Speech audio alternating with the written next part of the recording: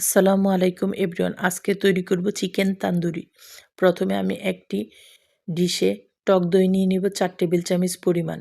তাতে দিয়ে দিব পেঁয়াজ বাটা 1 টেবিল চামচ পরিমাণ, রসুন বাটা 1/2 টেবিল চামচ পরিমাণ, আর 1 টেবিল চামচ পরিমাণ আদা বাটা, 2 টেবিল চামচ কাশ্মীরি মরিচের গুঁড়া, আর পরিমাণ মতো বিট লবণ। আমি মুরগিটাকে রোস্টের সাইজ করে আগে আমি কেটে ধুয়ে নিয়েছি। আর দিয়ে দিব বারবিকিউ মশলার গুঁড়া। এখানে আমি 1.5 টেবিল চামচ পরিমাণ দিয়ে দিয়েছি।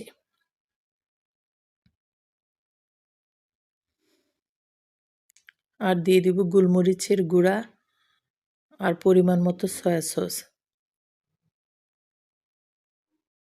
দিয়ে দেব গরম মশলার গুঁড়া, মরিচের গুঁড়া, হলুদের গুঁড়া, ধনিয়ার গুঁড়া, জিরার গুঁড়া, আর দিয়ে দেব পরিমাণ মতো লবণ। দিয়ে দিব বারবিকিউ সস, আর দিয়ে দিব কাসুরি মেথি আর সরিষার তেল। দিয়ে এটাকে আমি ভালো করে মিক্সড করে নেব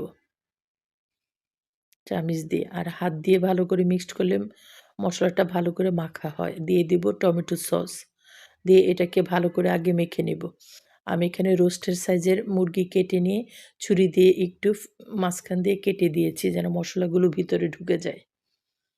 ভালো করে আমি এটার গায়ে মশলাগুলো মেখে মেরিনেট করে রেখে দিয়ে দিব। আর লেবুর রস দিয়ে এটাকে ভালো করে মেখে নিব। মেখে এটাকে আমি রেস্টে রেখে দিব 4-5 ঘন্টা। 4-5 ঘন্টা পর আমি এটাকে এয়ার ফ্রায়ারে ফ্রাই করব। আমি 180 ডিগ্রিতে 25 মিনিটের জন্য ফ্রাই করব। 15 মিনিটের পর আবার একটু আমি উল্টে দিব। 15 মিনিট পর রেডি হয়ে গেল আমার তান্দুরি চিকেন।